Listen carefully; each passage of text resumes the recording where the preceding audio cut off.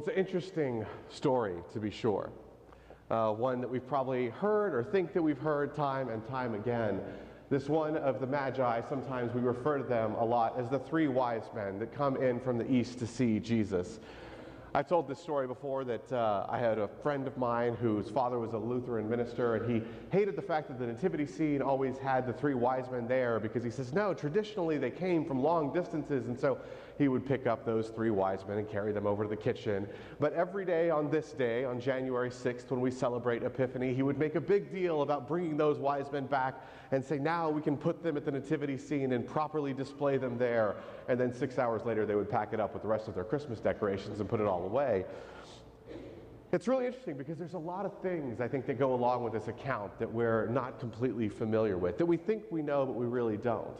The idea behind the fact that they were three wise men even actually isn't even biblical. It's not really in the Matthew passage that we read right now. We see that a lot of times in the songs that we sing, the We Three Kings from Orient Are, the other things that we draw into. We think that because perhaps there were three gifts that it was three of them, but in fact the story itself has so much more to bring to it. You see, there was a group of people, they were astrologers, worshipers of different gods, and they were living in the far east. And they heard story of a new king that was going to be born, a new king that was going to change and revolutionize things far in the west.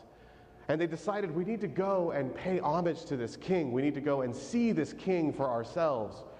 And so the group of them got together. They got on their camels or donkeys, whatever it took them to make this journey. And they made this long journey following this star in the sky. They made their way over to the west, and they assumed, like many of us probably would, it's really interesting, they didn't show up initially to the manger scene or immediately to the house in Bethlehem. No, instead they go to the palace, because that's where you find kings, right? So they got all their stuff and they go over to find Herod, and they ask him, they say, well, tell us who it is. Tell us this child that has been born that will be the king of the Jews.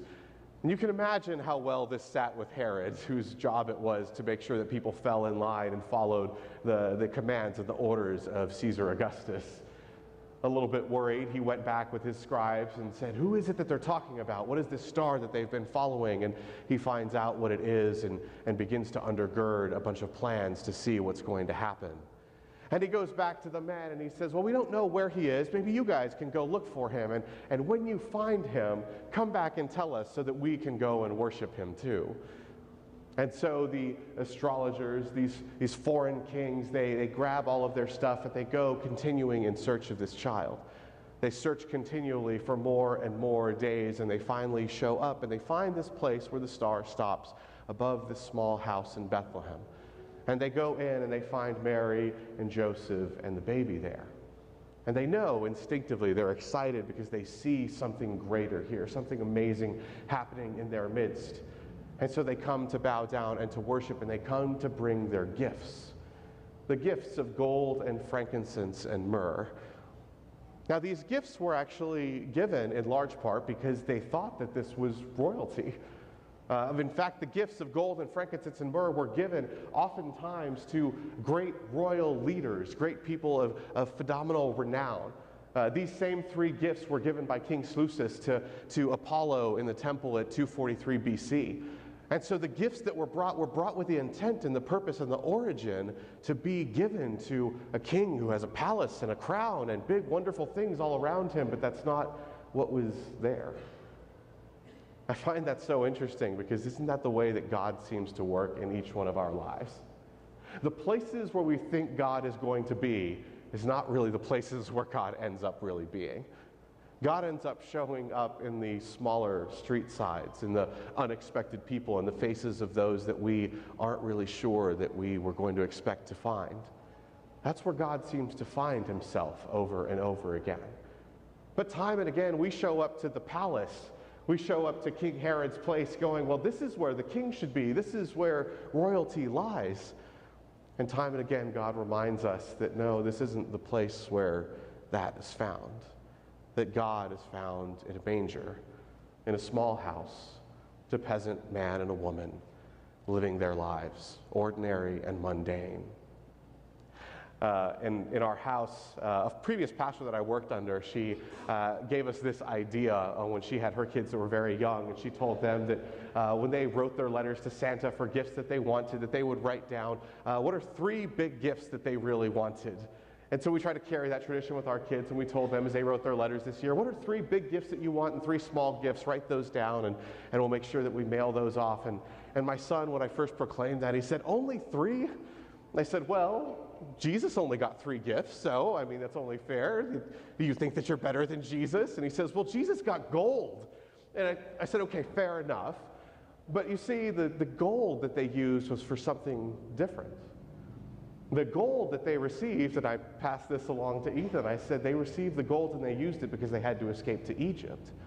Because after the Magi went and saw King Herod, and Herod said, well, let me know where this child is so that I can come and worship him too, that he had an underlying reality. That his goal was to go and kill out eventually the firstborn sons who would threaten the kingdom. Instead, they took the gold, the gifts that were brought to them, and they used them for different purposes. In fact, these other gifts of frankincense and myrrh, while they were given for royalty, they actually had other uses. They were used as balms and as incenses that could be lit to be able to help a woman during a postpartum period to recover from the pain of childbirth. And it's amazing to me because these gifts, the gifts of gold and frankincense and myrrh, which were given supposed to be for royalty, had an alternative purpose. It's a beautiful reminder for me, for us on this, the beginning of the year, about the gifts that we have to be able to give and to bring. The gifts that we offer to those that are around us. Sometimes we think that the things that we offer are going to be used for one thing when in fact they actually end up getting used for something else. Sometimes we think that we can't bring the gifts that we have because, well, they're not lavish enough, they're not big enough, they're not gold or frankincense or myrrh, they're not these big, grandiose things, but I'm reminded that the simplest and the greatest gifts that we can offer really don't cost us financially anything. The gifts of forgiveness and mercy and love and grace. The things that are available to each and every one of us to be able to share with everyone that's around us. These are the things that God presents and desires for us to give.